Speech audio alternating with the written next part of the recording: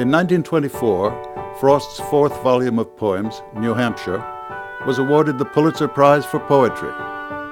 The collected poems won the Pulitzer in 1931 and was a Book of the Month Club selection, which brought Frost higher royalties and a wider audience. But success had its costs. And in the 1930s, in response to the Frost cult, Frost, the purveyor of good cheer, academic critics began to speak harshly in their reviews against Frost as somehow having betrayed the true heritage of modern poetry, which should be difficult and complex and ambiguous and not easily available and not spoken in the voice of a bard who gave out consoling wisdom.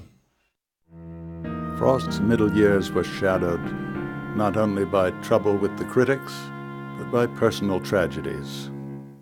In 1934, the Frosts suffered bitterly through their daughter Marjorie's slow, unnecessary death after childbirth. In 1940, Frost's only surviving son, Carroll, took his life.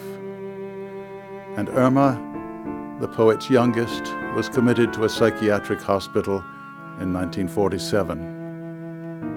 The hardest blow fell in 1938 when, after 43 years of marriage, Eleanor Frost died of heart failure. Robert was shaken, seemingly broken. "She dominated my art with the power of her character," he said of her. He was restless, irritable, and despaired of working again.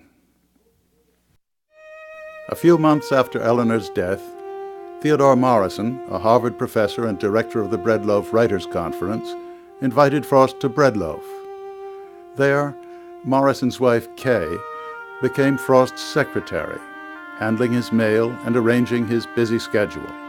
The two formed a deep, if ambiguous, attachment. Whether the relationship was platonic, as she maintained, or romantic, as Frost said, Kay Morrison revived the poet, who began writing some of the most memorable verse of his career. For Frost, love and poetry were inseparable. Kay Morrison provided the support and affection the poet needed for the next 24 years of his life. Ah, when to the heart of man was it ever less than a treason to go with the drift of things, to yield with the grace to reason, and bow and accept the end of a love or a season.